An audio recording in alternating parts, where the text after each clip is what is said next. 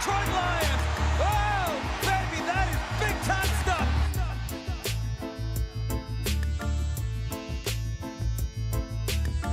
Touchdown, touchdown, touchdown, Detroit Lions. Oh, baby, baby, baby, baby, baby,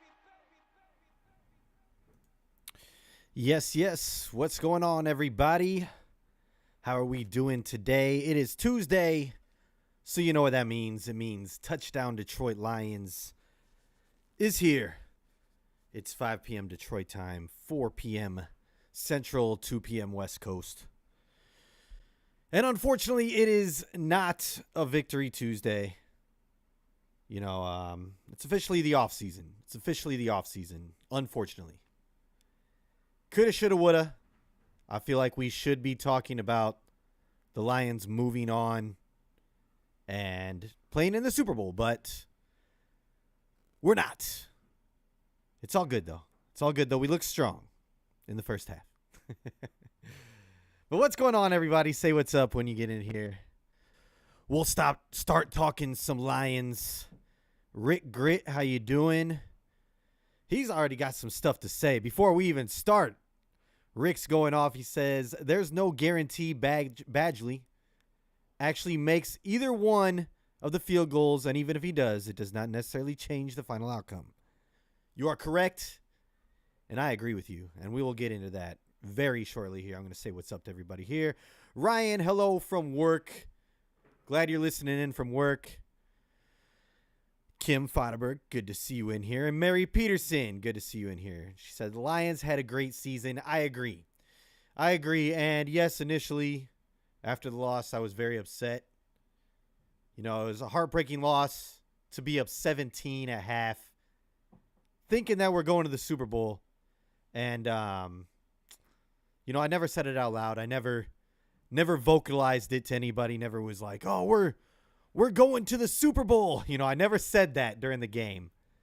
But it definitely crossed my mind being up 17 at half. And it should have been enough, but it wasn't.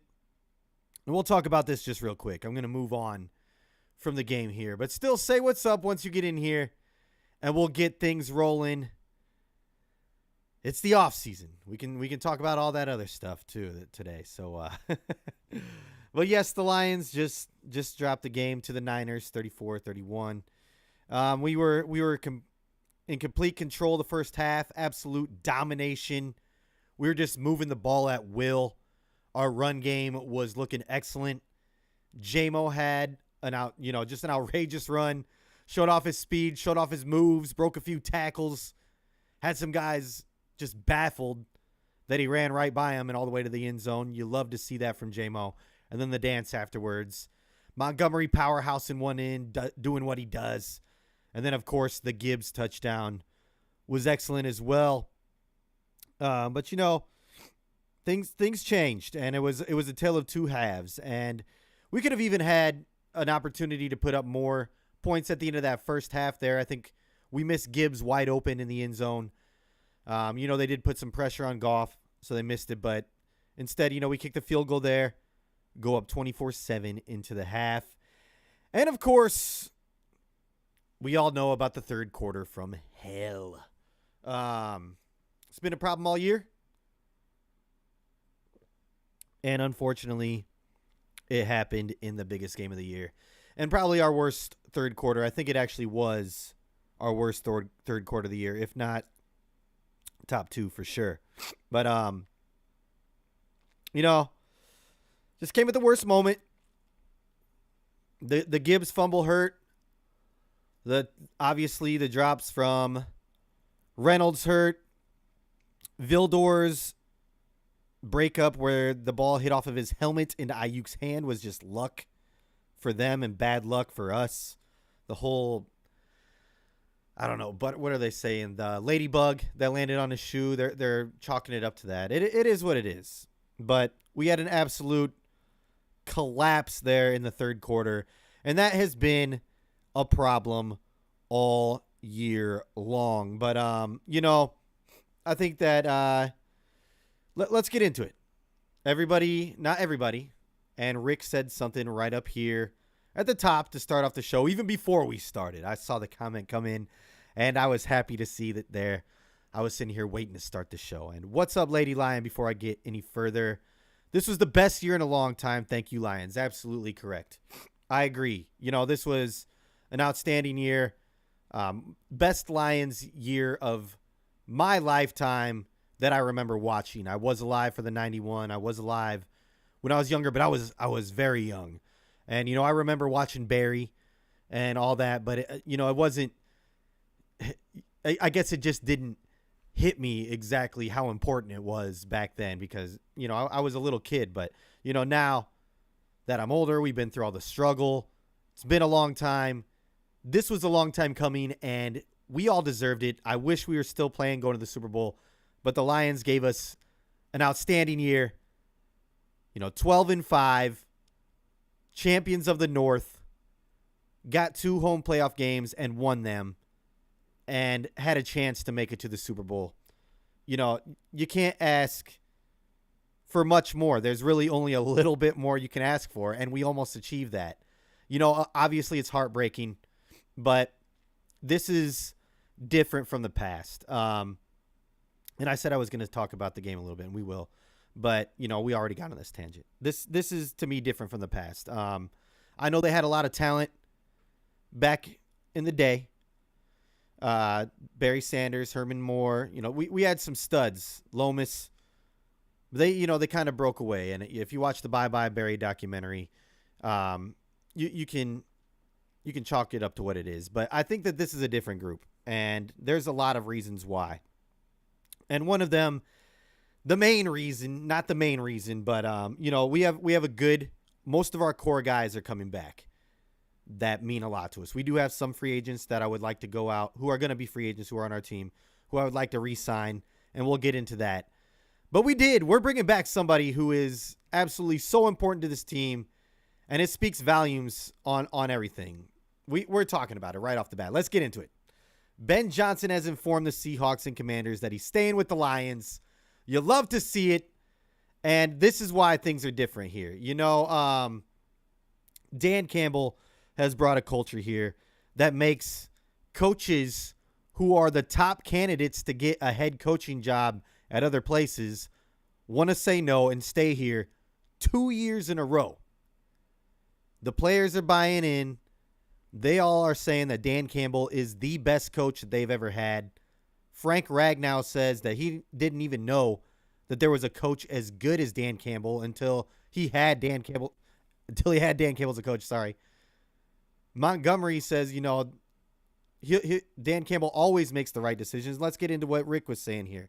But, you absolutely love to see Ben Johnson coming back, and I'll get back into this. But this speaks volumes on why this team is different and why we're going to be okay. We have so many guys still left on rookie contracts that are very valuable pieces to this team. The rookie class alone was just all out, just balling out all year long, and they got better each game throughout the season. Just imagine what they're going to be like next season. Then we got the guys who are 2-year guys going into the third year. And then, of course, we got the first draft class from Brad Holmes, who keeps getting better and better as well. So that, to me, is another key factor why this team is different. And, of course, Dan Campbell, I think that he just motivates these guys. And this one stings. I'm not saying that it didn't sting the guys in 1991, but you can tell that, these guys are all gritty. We brought these people in, this personnel in for a reason. They are hungry. They love football. Stuff irks them. We see it with Amon-Ra St. Brown. He gets drafted in the 4th round. He remembers everybody's name in front of him, every wide receiver's name in front of him, and he holds a vendetta. He doesn't get selected to the Pro Bowl this year initially. He holds a vendetta, but now he's there. But I think we have a ton of guys like that, and I think that this loss is going to eat at them, and they're going to want it more next year. Ben Johnson coming back proves that he wants it. This team's going to go all out. To me, it's Super Bowl or bust. And you just love to see the culture that's built there now.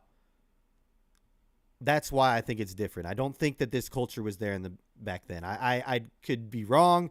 I was very young, But I think it's a lot different now than it was back in the day. So I don't think, I know there was a lot of Lions fans worried, and even Dan Campbell, he had me worried right after the game, said this could be our only shot. And initially that upset me, but I love it now. I think they can use it as fuel.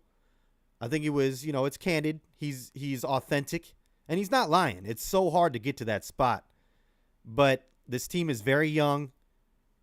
It looks like we're going to have, we're going to have all of our core guys back no matter what. We are going to have to extend some guys. I would like to re-sign some guys. But the core pieces are there. And this just adds more fuel to the fire. It sucks that we didn't get there this year, but I trust that we will get back there sooner than later, unlike before. But let's get into Rick's comment. We were talking about the game. And there was some controversial decisions. The media, a lot of outside people who are not Detroit fans are criticizing Dan Campbell big time. I saw Detroit fans criticizing him. I saw people calling for his head, calling for his job. That I don't even know how that conversation comes up. Yes, he did have a few calls that were questionable, but calling for Dan Campbell's job after he took us from the Matt Patricia era to an NFC championship in just 3 short years that he's here? Get out of here. Yes, this man gambles, but he does it all year. He's consistent. If we would have made those catches on the 4th down, Josh Reynolds, the first one especially, was in his hands. It was a tough catch, but at the NFL level, you have to make that catch. But if he makes just that one, Dan Campbell is a genius. And it probably seals the deal. The way that I see it, we've been doing this all year. We've been sealing games like this the entire season. I know it's the NFC Championship. But if we get that 4th and 2, we take the crowd out of it completely. Yes, they scored they got a field goal to come out of the half. But if we go down, get that 4th and 2, their crowd is silenced. The defense is like, man, we can't stop these guys. They're going to go for it on 4th down. They're probably gassed. I think we go down and we punch it in, or we're at least getting points there. But it's going to take the crowd out of it. Now, the other negative side to that is that the crowd gets into it. If they stop it, they get momentum. That's what happened. But Rick, I have to agree with you. A lot of people are wanting Dan Campbell to have taken the field goal there, but we've lived by this all year. We go for it. We try to put the team out of their misery and lock down the game. Badgley has not been that good from 40-plus yards in his career, and especially outdoors. Now, if we make it, yes, we're putting ourselves in a much better position.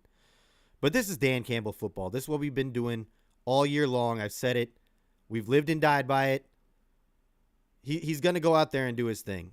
Most of the time, it's worked for us this year. I think it's been 20 out of 25 times this year we've converted on those 4th down attempts. And then in the playoffs, we were 2 for 2 before this game. So the numbers were there. And then Badgley, I think I have it somewhere right here, but he was, the statistic from him kicking from 40-plus outdoors was not good at all. Not good at all. Like, it was terrible. I know he hit a huge field goal for us against the Rams, but that was indoors, different circumstances, I think. But, it is what it is. This is what Dan Campbell does, and he's still my coach. I'm going to ride with him. I respect the decision. The second field goal, I'm not going to lie, or the second time that we could have taken the field goal, the second time we went for it on 4th down, was a little bit longer. I thought that we should have went for the field goal there. We were down 3. But you know what? Like I said, we've been doing this all year long. We live and die by it. He stayed true to who he is.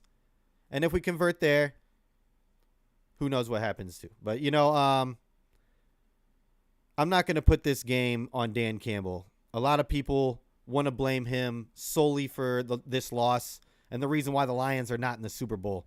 But we got to go back to what I already pointed out. Gibbs fumble, a few drops. We could have had 2 interceptions. One went right off the helmet of Vildor, like I already said, into Ayuk's hands, just unlucky. And then, of course, they go down and score. Very next drive was the Gibbs fumble. And then Cam Sutton had a pick in his hands as well, too. So, opportunities were there to win this game outside of Dan Campbell's 4th down calls. Yes, they made a difference. But if we just executed on the first one, I think it's a whole different ballgame. I think that was what started their momentum and started our downfall. But you can't blame Dan. He's been doing this all year long. If we convert, he's a genius. But since we didn't, people are calling for his head, which is absolutely ridiculous. I'm going to go over the comments to see you guys going off here. Rick Grit says that was PI anyway. Wouldn't have even mattered if he caught it. I think we're talking about the Vildor play. Yeah, they did pick up the flag. But I do see them if we picked it. They're probably going to be like, pass interference. So, yeah, I agree. Rick, what if has no real answer. Hindsight is a mystery. Every decision has an effect, and every effect creates its own decision, which has its own effect, and so on. You're right. There's no use in dwelling in the past or worrying about the what if or shoulda, coulda, woulda. It's what happened, and we got to live with it. But, like we said, Dan's been doing this all year, and they're going crazy outside my door right now. I don't know if you can hear them slamming stuff around. But, yeah, we're going to be dealing with that today, I guess. MSU Detroit fan says, get help in the secondary, cornerback especially. After that, address the depth for the O-line, wide receiver, and edge. Yeah, we're going to get into all that talk here very soon. This is the episode we can actually do it, but I agree with you for all that. Let's talk that here in a second. MSU Detroit fan, the first failed 4th down, I didn't question that. Me neither. The second failed 4th down is what I questioned. Absolutely. And when you're down 3, we can't go back on it now, but it's the NFC Championship. There, I think it was necessary to at least try for the field goal, especially after the first failed 4th down attempt. Just give it a shot. But, can't go back on it now, and who really cares? I mean, I did care at the time, but can't dwell on that. But I agree with you 100%. I was feeling the same way. Rick Grit, we wouldn't even have made it to the playoffs if Dan didn't have the stones to go for it on 4th down. True. And that's what people need to realize too, is that, his style of play, his coaching method is the reason why the Lions are where they're at right now and why they're so successful. So everybody's got to remember that. Got to remember that. I'm rolling with Dan. If anybody's confused, I am rolling with Dan. He's my coach. I want him to extend. I want to extend him after this season. Let's go. I want Dan Campbell to be here for years. He's a young coach. He's going to get it. Some moments get the best of you, but I do believe that Dan Campbell is learning and getting much better. He's already a great coach, but he's going to be even better moving forward. He's a very good leader. The coaching, the circumstances, he's getting much better at it, and we're seeing him grow in front of our eyes. This whole team, baby. All right, here we go. Rick says, it wasn't the decision. It was the play call. Why are we passing on 4th and 2? Feed Demo. Yeah, the second half in general, and so we talked about Ben Johnson coming back. He's done great for us. I love that he's coming back. I think that makes a huge difference for Goff and extension talks with him. And, just him and Goff have something going on. And that makes a huge difference to have Ben Johnson here or not. But I was questioning what was going on in the second half there. We were just so dominant on the ground in the first half. Why go away from it? I think we only ran the ball 8 times in the second half. Now, I know circumstances call for certain play calls, and we did fumble it. I think the plan was to probably run the ball a lot on that drive. But then we got into a little pickle there, and they wanted to start passing the ball. But I don't think that we should have. I think that we should have stuck to our game plan. Now, they did come out and start stuffing it a little bit more, but we were kind of running the ball more up the middle than on the outside, which was working. But even if they stuff it a few times, don't completely go away from the run game. So, yeah, 4th and 2, I think Demo does pick it up. I think that, he has the hunger and the drive and that O-line. I think we picked that up. I was questioning that as well. But at the same time, it was there. The pass was right there. Would have been difficult, but Josh Reynolds more than not catches that ball. And that's another guy I think that we need to lay off of a little bit. A lot of people are mad at him. I was too. It's just uncharacteristic of Josh, but he's come up huge for us in so many other circumstances this year and so many other different situations. I don't think that we're in the NFC Championship if Josh Reynolds doesn't make catches that happened earlier in the playoffs, or even in the season. So we can't get mad at Josh Reynolds either completely. The guy has been solid for us all year long, and unfortunately he had his worst game of the year in the NFC Championship. But the play was there. I didn't like the call initially. It was there, though. I think that if you go back and watch tape, Sam Laporta, also if we hit him, if Goff hits him on the turn, I think that he was open too. There was 2 guys over there, but Laporta ran a good route, and it was the same route, his little curl route, but he had separation, and if we hit him on time, I think he had him there too. But either way, Reynolds should have came up with the catch. Doesn't matter now, though. It doesn't matter. But the call was, I think that we could have just pounded the ball right there. And that's what I was right after the play happened. I was like, why didn't we just run it? So, yeah, I'm with you there, Rick. Billy, good to see you in here. What up, though? Big Money Grip. Yeah, good to see you in here, man. Rick Grit. All those people would have been praising him. Yes, talking about Dan Campbell if the convert happened. If we missed the field goal, everyone's asking why didn't we go for it? And that's the fine line that you live as a head coach. You're going to get praised and you're going to get thrown out the window the next day. So Dan Campbell's fine with it, and he's not going to change for anybody. I completely expected us to go for it, and we did. Unfortunately, like we've all said, we didn't convert this time, but more times than not this year, and many more times than not this year, we converted on those 4th downs. So you take the numbers there. If we convert, whole different ball game. Unfortunately, the momentum swung in their favor, and they ran with it. All right, here we go. MSU Detroit fan. So I did some counting. The Lions had a grand total of 69 touchdowns, with David Montgomery leading the team with 15. Gibbs was right behind him with 14. That's amazing. That's a great stat. Thank you for pointing that out, MSU Detroit fan. And what a year, honestly. Got to look back on this and take the positives for what they are and what we're going to do moving forward. We have Montgomery and Gibbs again next year. Gibbs is just now, he was just starting to roll big time, at the end of that season. And I just think that it's going to get better from here on out. We got Ben Johnson back. We are going to have to address that offensive line. We don't know if we're going to get Jonah Jackson back. Frank Ragnow, I expect him to return. Some people were, putting it out in the air that he might retire. I hope not, Frank. Stay with us, but I know that you've been getting banged up. He is young. He's only 27, but guy's been getting hurt big time. But, would love to have Frank, Penei Sewell, Taylor Decker back. And if we can re-sign Glasgow, I think that's huge. I think Glasgow would love to come back and be with us. I'm not so sure we get Jonah Jackson back, though. But, just looking at those numbers right there, the 14 and 15 touchdowns from Monty and Gibbs, just first year with the team, it's only going to get better from here. And the team's gelling. I hope that we bring back a lot of the guys that were with us. I don't think there's any need to really go out and get a ton of new guys.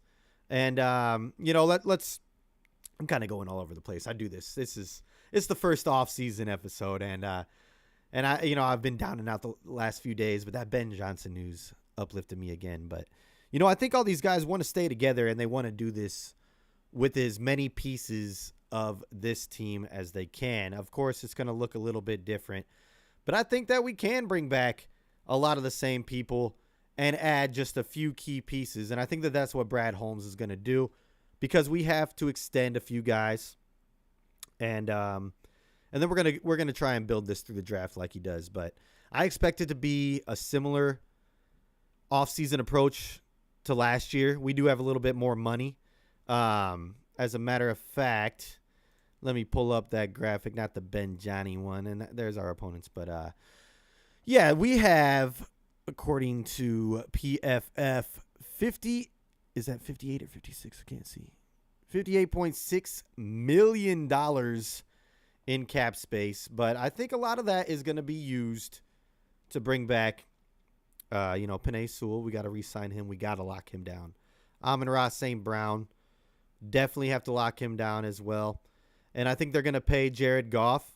I hope that Goff takes a team-friendly deal.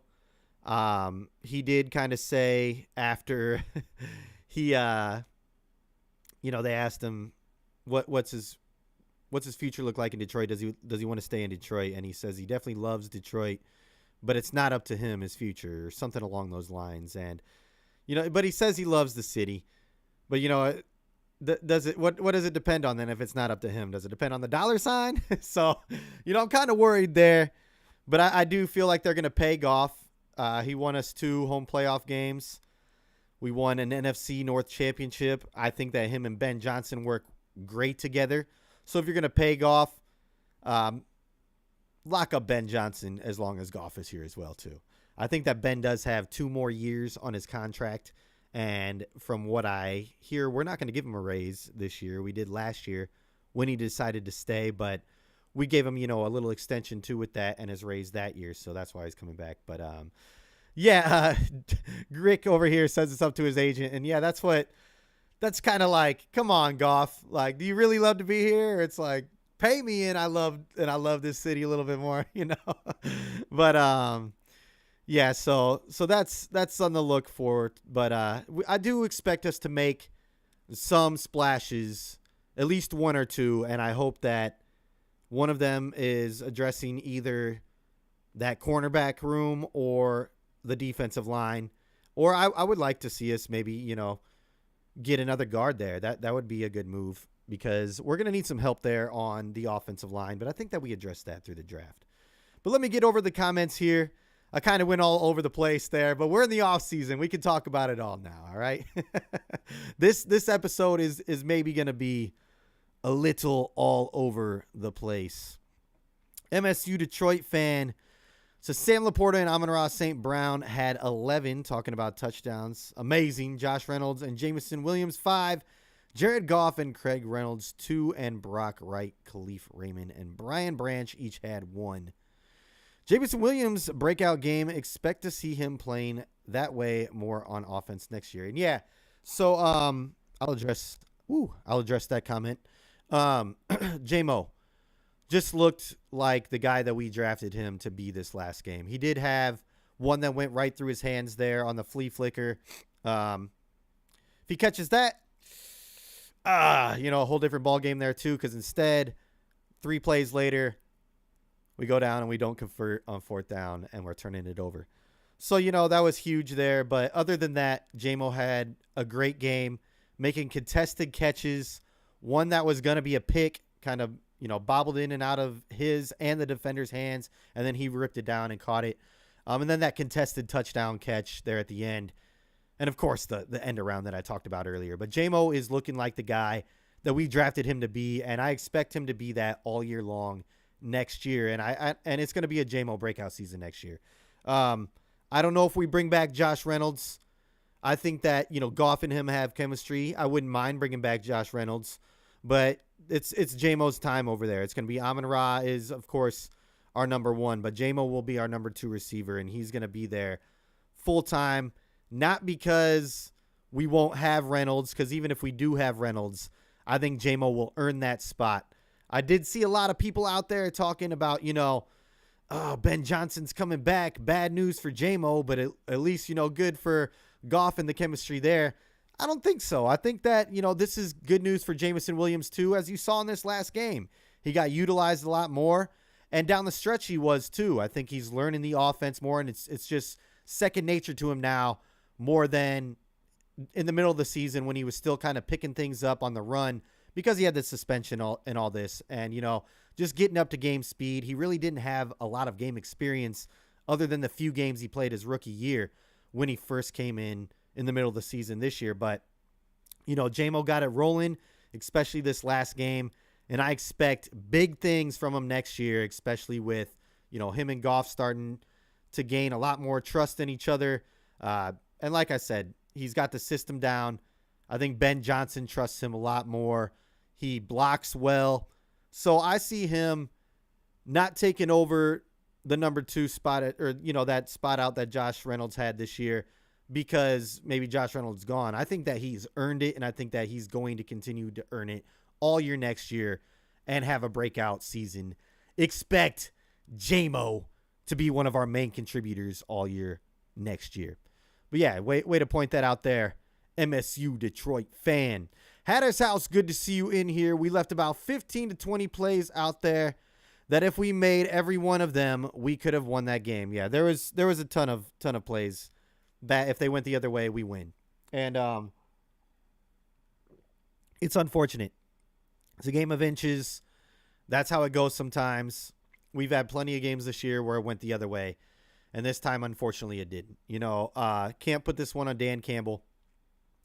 Just like you said, you agree with Rick Grit, that Dan Campbell was damned if he does, damned if he doesn't. That's just how it goes as a head coach in the league. And especially when you're a guy like Dan Campbell, who's passionate, emotional, wears his heart on his sleeve, comes out here and talks about biting kneecaps, which I loved when he did. But the media has been, just on his back, not on his back in a good way. Like they have just been, scrutinizing him the day that he's came in as head coach. So, of course, the first time in a huge game that he goes and he gambles and he plays and calls the game the same way he has been all year, and it happens to go in the favor of the other team, they're going to come out and absolutely try to hang this man. But you know what?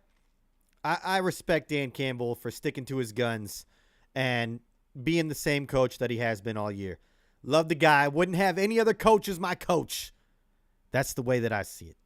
And I know that all the Lions players feel that way as well. Rick Grit, can we give Cleat props for calling a clean game? I think there were like 5 penalties in that whole game. Yeah, actually, I was impressed. I was nervous when I found out he was going to be the ref. But, yeah, it was overall a clean game, and it didn't come down to any penalties or any the refs did not get involved. They did not dictate the outcome of that game. And you love to see that. That's how it should be, especially in playoff football. So thank you, Cleat, but, wish we still would have won. But still, it didn't matter on the refs. I'm thankful for that because that would have been, oh, my God, I hate when it comes down to the refs. Hatter's House, yeah, that was a well-officiated game, agrees. Hatter's House also said, I think we let Jonah walk. Yeah, we were talking about that earlier. I'm catching up again. I'm mustard. Here we go. But, yeah, Jonah probably walks. He was hurt a lot of the season. I don't want to keep injury-prone guys. But, when it does prove when he's not out there, we're a weaker team. So we do have to fill that hole when he leaves. Get a guy who can play an Iron Man type role. Not that he's, I'm not calling him soft by any means. Jonah Jackson, I loved what he did for us. But when he wasn't out there, we lost some games and it made a difference. We just got to find somebody more depth there. I think that they were going to, they thought we were going to get more out of Colby Swordsdale his first year, but he was a rookie and he was drafted late. So he could develop there. And Awasika, I think, is the other guy. He played decent for us, but we definitely need to address that guard position here in the offseason 100%, especially if we're not bringing Jonah back. But I don't think that we are bringing him back either. I think that he's gone. I think that he's going to want more money than what we want to pay him, especially for him being injured so many games this year. Rick Grit, Frank's not going anywhere. He'll be a Lion as long as he's capable of playing football and long after. Yes, I agree. You gotta keep the guy for life. He loves this team. He loves the city. He's when you think of Grit and you think of the Detroit Lions and what that means, that's Frank Ragnow, baby.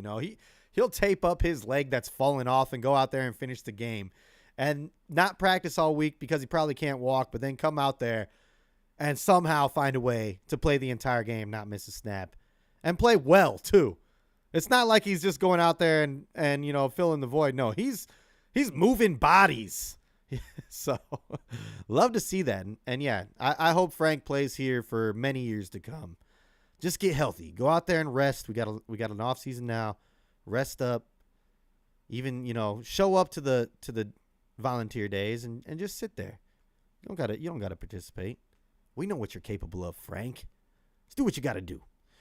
But yeah, we're getting back to that golf talk right here. Rick Grit says all about that money. And that's unfortunately what it comes down to. MSU Detroit fan, here's a question. Should the Lions re-sign C.J. Gardner-Johnson? And yes, that was going to be a topic today for sure. Let's get into it. What do you guys think? Do you think we should bring back C.J. Gardner-Johnson? I see a lot of fans mad at him. Especially after he started waving bye to the crowd early on in the game when we were up big. Thought that was a little premature. Didn't like it when I saw it. But, that's him. He talks. He runs his mouth. This game, he couldn't back it up. I also didn't like the personal foul. I thought it was unnecessary. We did end up scoring, so it didn't matter. But the guy does have proven success in the NFL. I was watching Crunch Time earlier, and one of the guys in there, I think it was Lewis. I'm not sure. I forget his name. But he pointed out that C.J. Gardner-Johnson is 20-5 as a starter in this league. 20 wins to 5 losses for games that he started. And over his last 10 games, he's gotten 10 interceptions. So there's some numbers there to back why we should bring him back. And I don't necessarily think that if we do bring him back that he's going to cost that much money. I think that he'll take a team-friendly deal, maybe another prove-it deal, because he was on a 1-year prove-it deal. He was hurt the majority of the year. And his last game, the last few games, he didn't play at a top level. He didn't play at a level that deserves a top contract at safety. Now, do I think that's a position of need? Definitely not. Ifeatu Melifonwu, he emerged at the end of the season and proved that he's a guy that we could keep around a little bit longer and is a value to this team and really was a key to the defense's success there in the playoffs and at the end of the season. We also have Kirby Joseph and we have a young Brian Branch. But I think our defense was playing its best down the stretch when we had all 4 safeties there.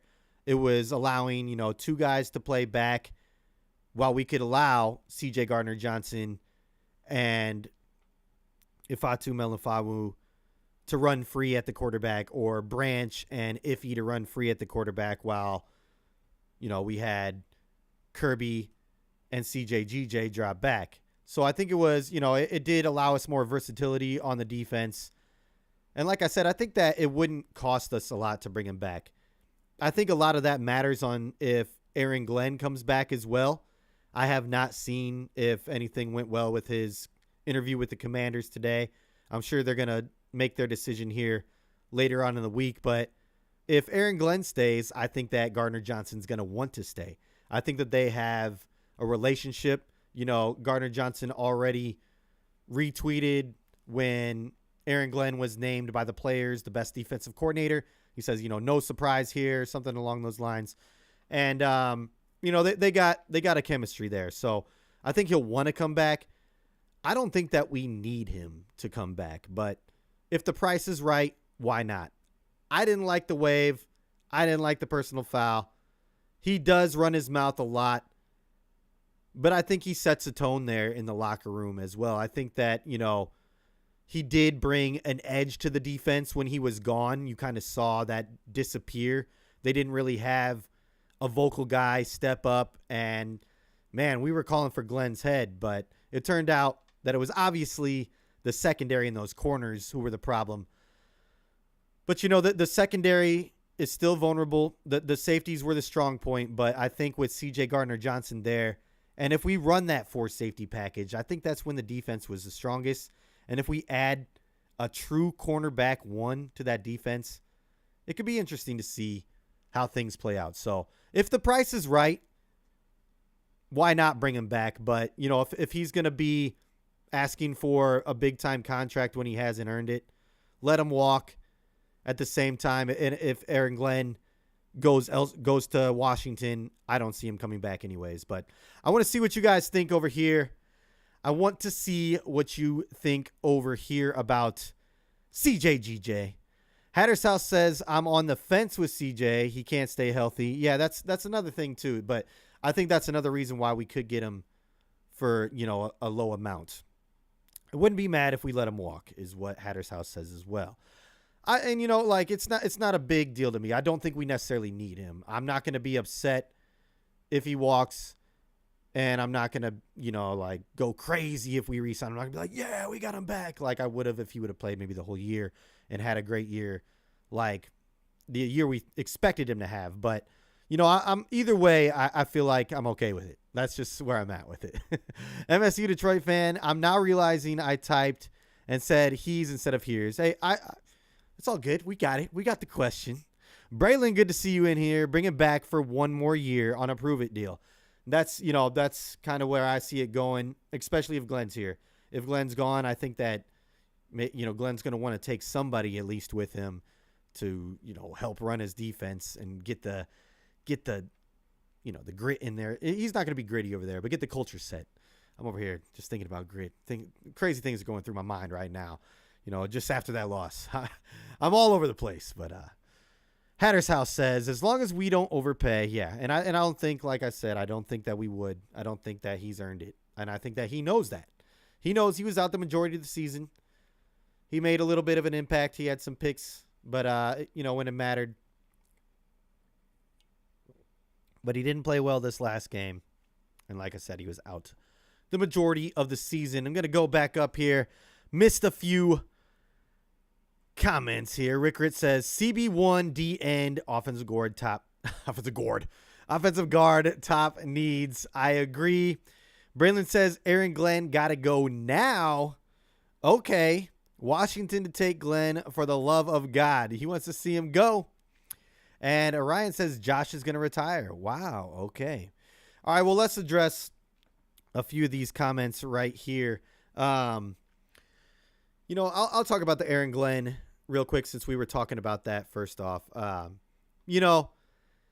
don't think he turned out to be as bad as what everybody or what a lot of people had thought of him in the middle of the season. He didn't have a lot to work with, and that was obvious down the stretch.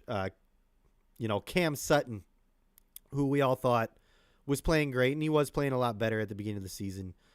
He has proven to be definitely not a cornerback one, and that has got to be a huge, huge thing that we address here in the offseason. But, Aaron Glenn, just to stay on topic here, I think deserves a little bit of slack.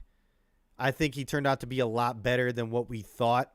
I don't think that he is the greatest defensive coordinator, but he got the job done when it mattered most. Now, this past game, we collapsed. The offense collapsed. The defense collapsed. It was a total collapse. But this defense looked a lot better down the stretch, and when we got key guys back as well. I think if we add some parts to the defensive line, and like we were just talking about, a true cornerback one, get just some more bodies out there in general who are going to make a difference on that defense, I think we'll see a lot different defensive coordinator out of Aaron Glenn. I think that we're going to keep him if he does not get the job with Washington, because, Ben Johnson, Dan Campbell loves him. I think that the players love him. I do think that he's a good leader of men. I think he's a good coach. But, sometimes he has had very skeptical game plans this year and hasn't adjusted when we needed him to. So there's an argument to keep him. There's an argument to get rid of him. Right now, I'm going to let the week play out. I'm going to see what happens with the Washington job, and we'll go from there. And then I'll address more thoughts on what I think we should do moving forward at the defensive coordinator the defensive coordinator job. If Glenn does go, I'll address this. I think that Shep is a good in-house candidate. And a lot of people like John Fox as well. He is older. We've talked about it, but he's one of the best defensive minds the game has ever seen. So we do have some candidates there to replace him already in-house. But I'll let you know what I fully think once this plays out on its own, if it does. But Braylon wants him gone. But all right, let's talk free agency. Let's talk offseason. We've got some cap space. We've got some holes, and we've got a draft. We obviously all agree that we need a cornerback one. I think we all agree that we need some depth there at the offensive line. We're going to need a guard because it's looking like Jonah Jackson's going to walk, or we're going to let him go away, or maybe we don't care if he stays there or not. But regardless, we need to shore up depth there no matter what. I would also like to get some D-line help, interior and at the edge, get somebody to help Hutch. A lot of people were saying Hutch had an underwhelming game there in the last game. He was getting too Purdy, putting some pressures on him. He did have some deflections. I thought eventually, with Hutch's height and Purdy's height, we were going to get one of those for a pick. Didn't happen. We did get a pick, but it wasn't one of the ones that I thought we would get. But, get some Hutch help, get Hutch some help, get some interior defensive line help there for Aleem McNeil, some real deal dogs down in there. I think we could use that, even though the run defense was great this year, but we could always use more depth there. But that's where I see us going, cornerback one. And I would like to address that with some free agency. I think that there's some guys out there who are worthy of paying and bringing in. There's also some good corners that are going to go in the first round of this draft. And I wouldn't mind using our 29th overall pick in the first round to get a cornerback and have them be our CB1. I think there are some guys who can come in and play right off the bat. I would like to see Cooper DeJean. I've said that a few times. I've seen other people who want Kool-Aid to come in from Alabama and be our cornerback. I wouldn't mind either one of them, but I'm going to go over here and see what positions would you like to bring in the offseason, whether it be through free agency or through the draft. And if you have specific players that you would like to bring, I've seen a lot of talks of the Zach Zinter out of Michigan. People want us to draft him. I've seen people say, there's a number of people that I've seen go out and get and whatnot. They want us to go get an edge rusher in Josh Allen, not the quarterback, but the edge rusher. I've seen that he's going to be unattainable, but we'll see what happens. But who and what position would you specifically want us to go out and target? We're going to be talking about this. We have plenty of time to talk about it. I'm going to get more specific as the weeks go on, but I think it's an absolute necessity that we go get a true cornerback one to help out Cam Sutton. A lot of people calling for Cam's head here at the end of the season as well, saying get him out of there, we got to cut him. I don't necessarily think we should do that. I think he is a good cornerback too, and I think we'll see that if we do go and get us a real deal cornerback one. No disrespect to Cam. He was playing well first 8 games of the season, and then, once you go up against a Justin Jefferson, a CeeDee Lamb, Mike Evans, Cooper Kupp, Puka Nacua, you're going to get exposed, and that he definitely did. He got exposed. So go out and get a cornerback one, and we'll see that Cam Sutton can play well as a cornerback too. He did in Pittsburgh. That's what he brought him over here for, but he's definitely not a cornerback one, so go out and get that. But over here, MSU Detroit fan says, in my opinion, we're talking over here about, this is about C.J. Gardner-Johnson. In my opinion, I'll give him a 1-year deal with a second-year option because of with how many games he's missed.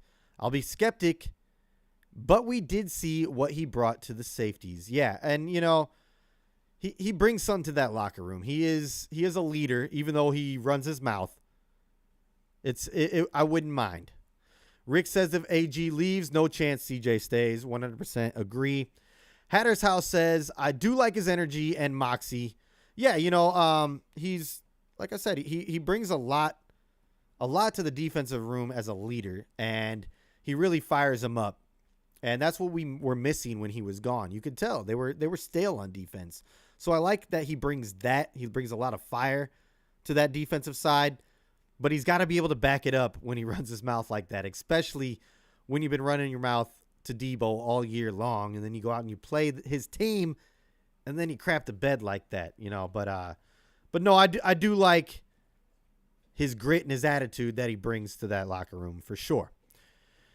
Rick Grit, I think a true CB1 would make a huge difference for AG. Top wide receivers ate us up. Yeah, you can only sell out so much and have it work when you're putting a Cam Sutton and a Vildor out there man-to-man with no help behind them. It's going to, they're going to get big plays every once in a while. It's bound to happen, but he did what he could with what he had.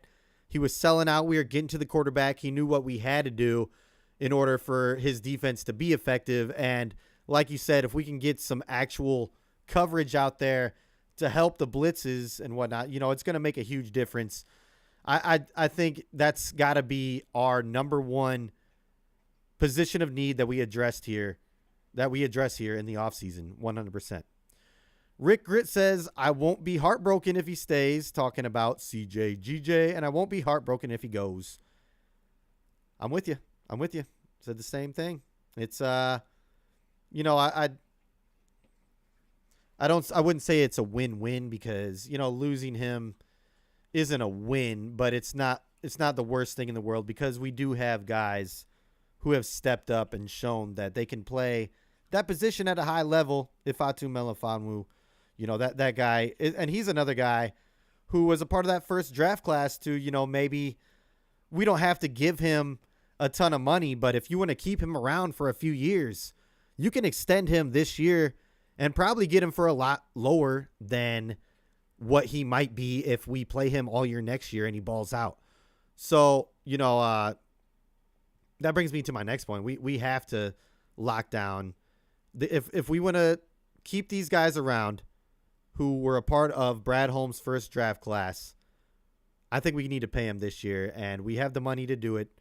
And the guys who were a part of that draft class, Penei Sewell, Amon-Ra St. Brown, definitely lock them down. But then we have the argument for Aleem McNeil and Ifeatu Melifonwu. Those guys I would definitely pay to keep around as well.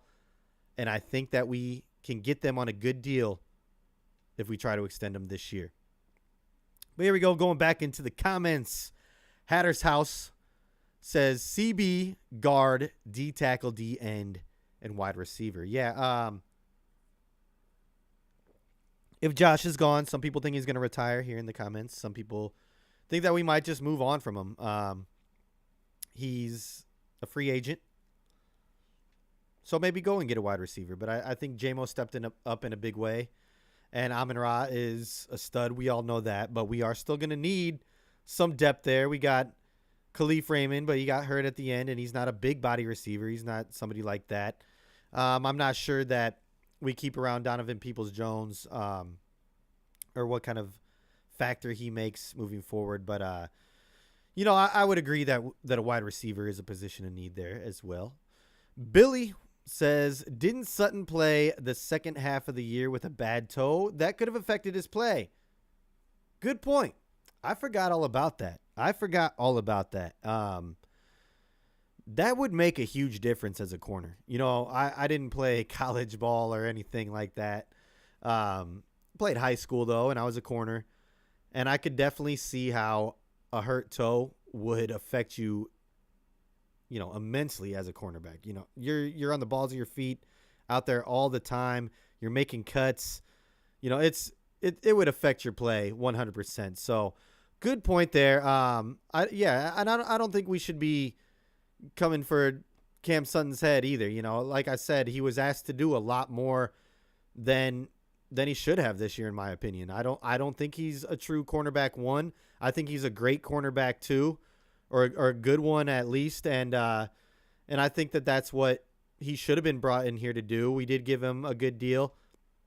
But go out there and give him a true cornerback one and see what he can really do. And I think that, with a hurt toe there, he still played decent. He got burnt a lot there. He got exposed, but he was going up against some of the top receivers in the league, like all-pro caliber receivers in the league. Justin Jefferson, CeeDee Lamb, Mike Evans, Puka Nacua.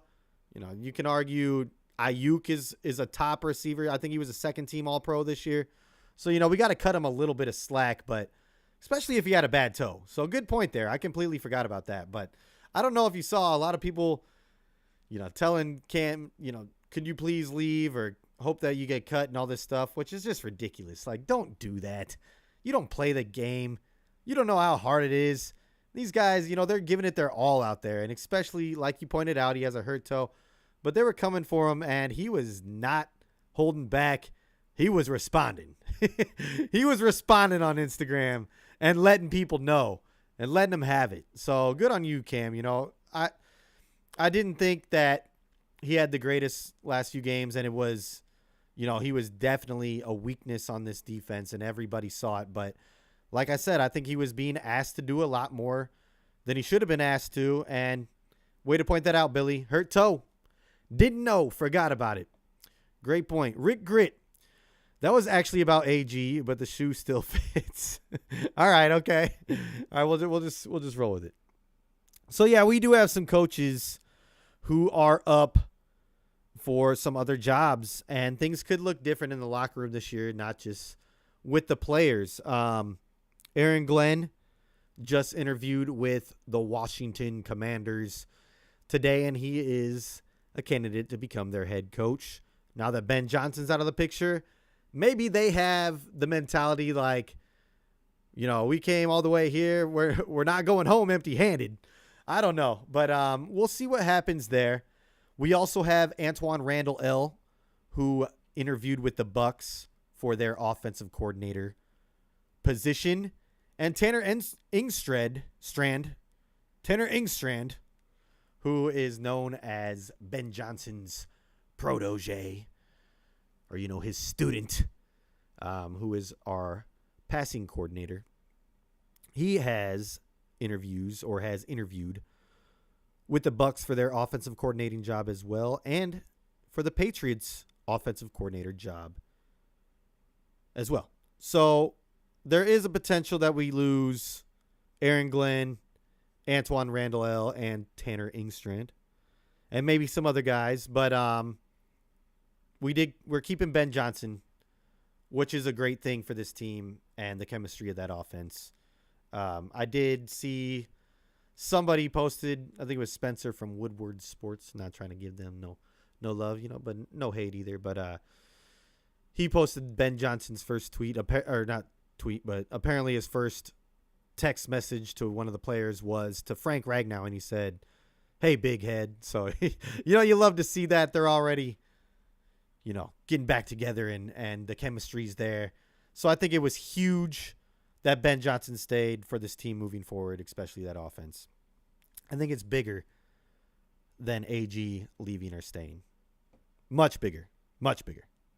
But yes, we could have some coaching guys going. But also there was some news, and I think that this played into the role of Ben Johnson staying, is our offensive line coach. Can't think of his name off the top of my head, but he did inform Ben Johnson if Ben Johnson left that he would not go with him, that he would stay with Dan Campbell in Detroit. And, that probably plays a huge factor as well. Ben would like to have a few guys go with him, and the offensive line coach would be a huge piece to bring with you. But him not leaving could have played a huge part in Ben staying as well. But, they just have a lot more to accomplish. He said job's not done. He wants to win a Lombardi trophy with the Lions, and you love to see that. And I think that's the expectation moving forward. It's going to be a lot tougher next year. We do have a tougher schedule, and we can look at that. But it's Super Bowl or bust from here on out.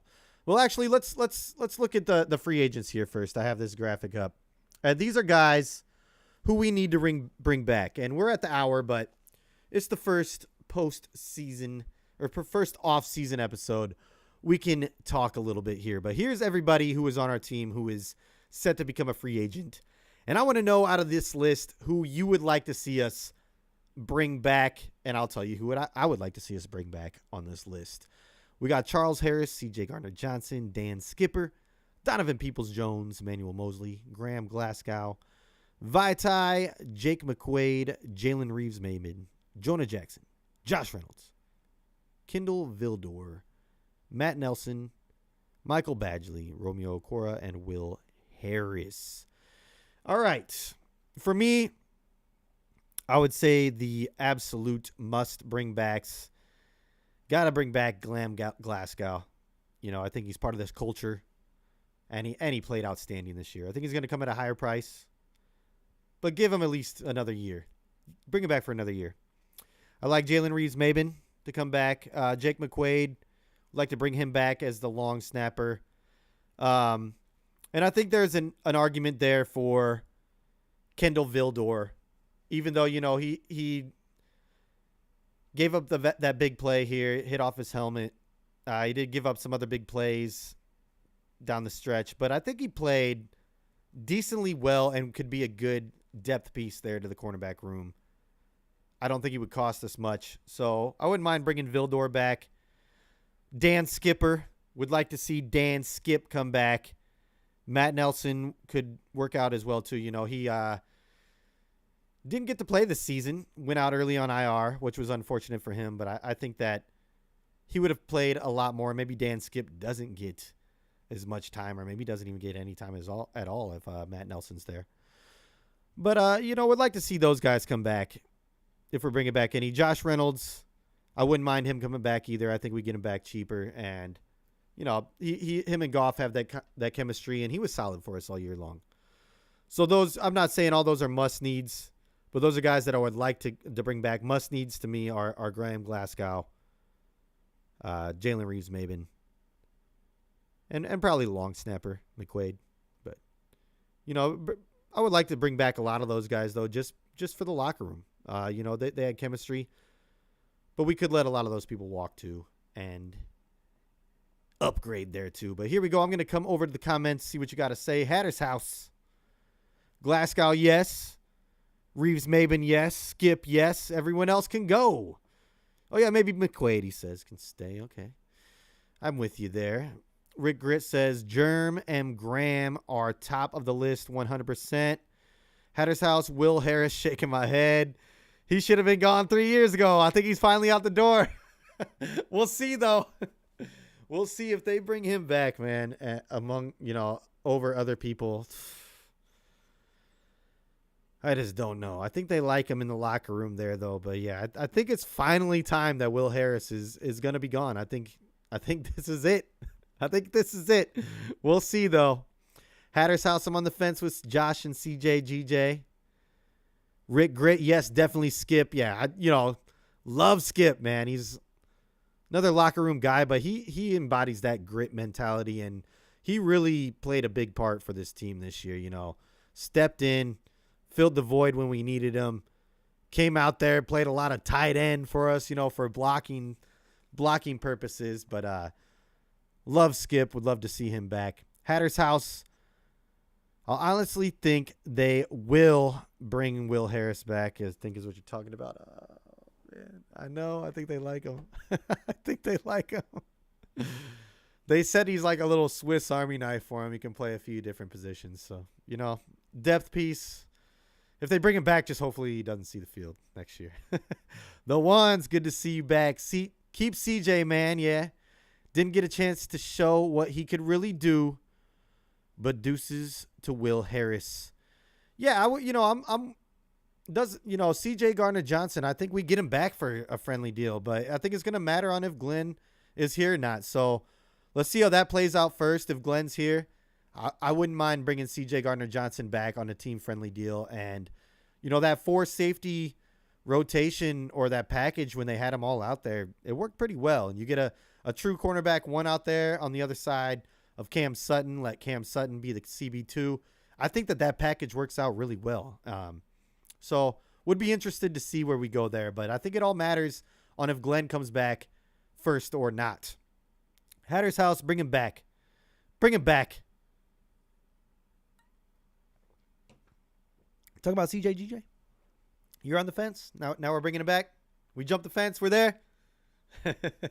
I don't mind either way. You know, I think he would want to come back though if Glenn's there, and I don't think we should drive him out of town. I see a lot of people, you know, just so mad at him right now for the wave and everything, and saying I saw a tweet out there. I think we all agree that we want this guy gone, right? No, we don't all agree on that. No, we don't. I don't. Hatter's House says, I was talking about thinking we will bring Will Harris back. Oh, bring him back. Oh, yeah, I know. I thought earlier that you thought that we would bring back Will Harris. Yeah, and that's what I was laughing about. I think that they like him. I think that they're going to bring him back. And if you like to bring him back, you know, whatever. That's your opinion. I think that this is the year that we could let him go, and it's finally the biggest, you know, the best opportunity to let him walk. But like you said, I think they like him. All right, let's look at the schedule here before we get out of here. And I'll let you guys go, and we'll talk about one more thing. But looking at the initial schedule, yeah, Hatter's House, I don't want to, but I have a feeling they will bring him back. He must have some dirt on them. He might. There might be that. That might be the deal. Maybe Will Harris has some dirt on the Lions organization. He's like, look, no one else is going to take me, but you're not getting rid of me. So, you know, who knows? Who knows? That's hilarious still. But all right, this is what our Lions schedule is looking like next year. We don't know the exact dates, but we know the home and away opponents. And thank you to Lions on Tap for this graphic. But if I want to do this today, just today, and then we'll visit it after the draft and after free agency and all that. But just your initial with the team that we have right now and what you think we might do here in the future. After the season, after we played, and after how these teams played, if you had to give an off the top of your head initial, very, very early prediction to our record next year, what would you go with? I'll tell you what I got.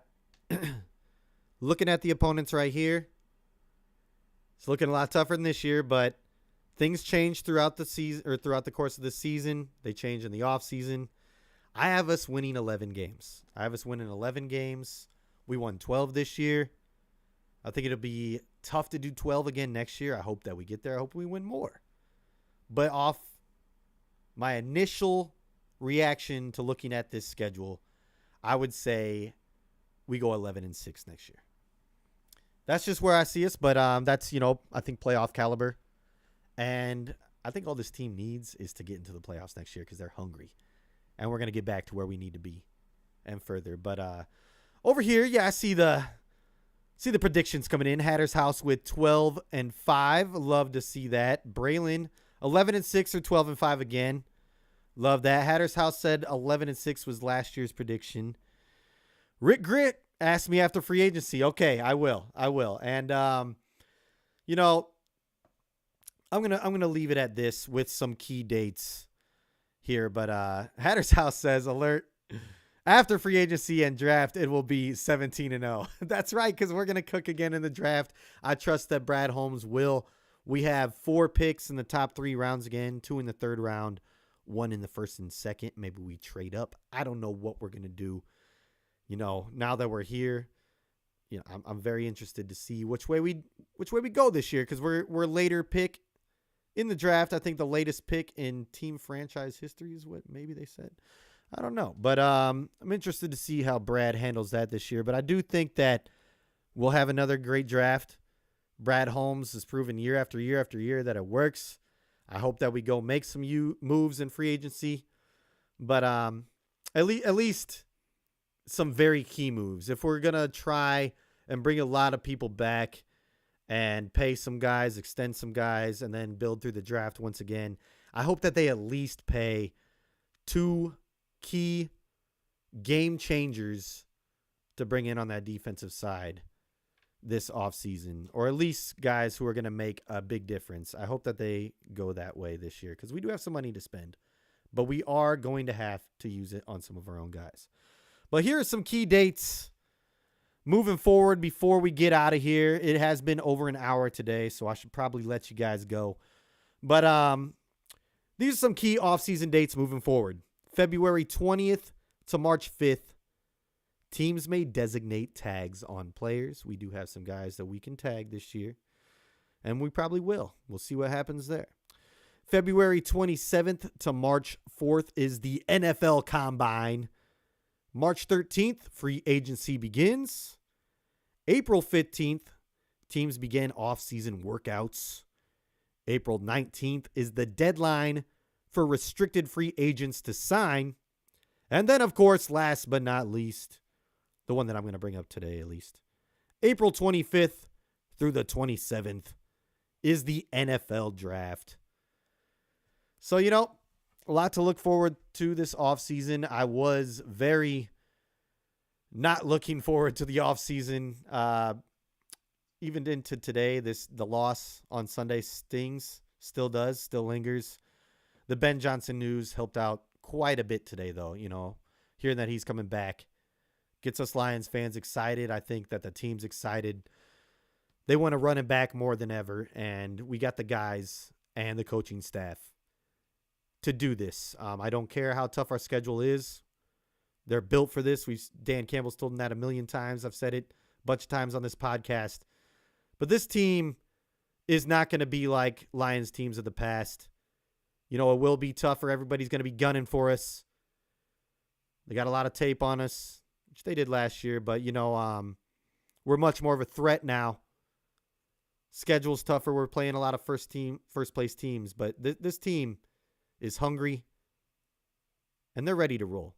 I don't know if you saw that after the game press conferences. Penei Sewell, that shit don't matter to every question. He's already ready to play. I wish we were playing in the Super Bowl, but these guys are already wishing it was week 1 and are ready to roll. Other teams, I think, would let that kill them.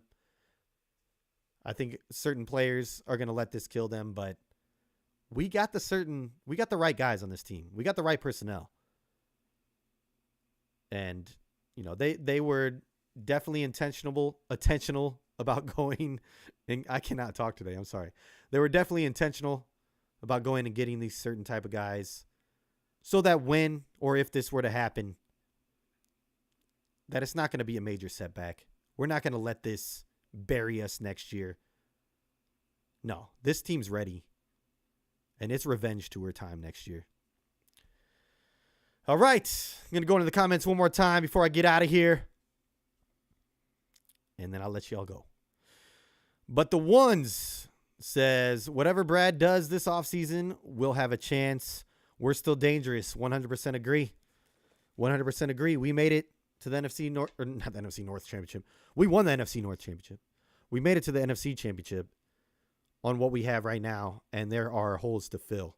So imagine what we can do with what Brad does this offseason. I'm expecting big things. I'm with you there, the ones. Hatter's House, I'm curious to see if we move up in the first. Me too. I think we could. I think we might. A lot to talk about with the draft. Very curious with that too, but we'll talk about that another week. Braylon, Brad's draft defense,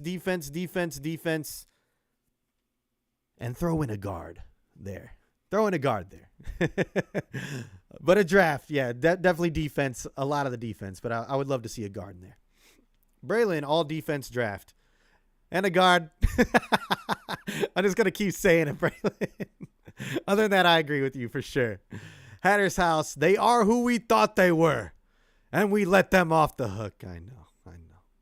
Braylon Dennis, we need AG to leave, then I'll have hope. Hatter's House agrees. Oh, all defense. All defenses, he agrees with Braylon. I still think, well, if we don't address a guard in free agency, then draft one. At least one. We need to shore up something there for the future. But Hatter's House also says, if AG leaves, we will get an extra comp pick. That's true. And a guard. Yeah, so, if AG leaves, Braylon will be happy. I think a lot of the fan base will be happy. some of the players won't be happy. I know that. I know they love AG, but we do get an extra pick for that. So I don't know if Brad Holmes, I know he loves his picks. I don't know if he's secretly sitting there like, oh, man, come on, Washington. Please, please take AG. Because we all know that Dan probably doesn't want to fire AG either. So that could be the only hope for the ones who want AG gone. The only hope might be that Washington hires him. And we get an extra pick out of it. So, like I said, to me, no disrespect to AG, but I think that the more important coordinator to come back was Ben Johnson, and he made it clear that he's coming back. So great news there. AG, if you go, best of luck to you. If you come back, I trust that if we make the right moves in the offseason, that you will get this defense better. But we're going to have to get you some help. That's for sure. But all right, you guys, that is going to do it for me today. Long episode, first off-season episode. Plenty more to talk about. If you want, go ahead and follow me on Twitter. It's at nharkson24, and you can shoot me some questions for the offseason moving forward. You can shoot them down in the community here on the YouTube channel, and I'll get them ready for next week if you want to get some questions going. I am trying to get some things in the work here for the channel. Trying to get some special guests moving forward. That is in the works, so stay tuned. Got some big things planned. I don't know where Derek's been lately on this channel. He's just been doing his Lion Syndicate, which is okay. It's all good, but some big things moving forward here and trying to build upon the channel. But yeah, if you want to be a guest, let me know. I'll have you on. Let's do this. But until next time, everybody. Oh yeah, Hatter's House score predictions, Week 1, 2024. Lions by 1,000,000. Got to get the comment in here. Love to see it. Love to have you guys back. Hope to see you next Tuesday, 5 p.m. Detroit time, 4 p.m. Central, 2 p.m. West Coast. Until then, I hope you have a great week. Go Lions, baby. Woo!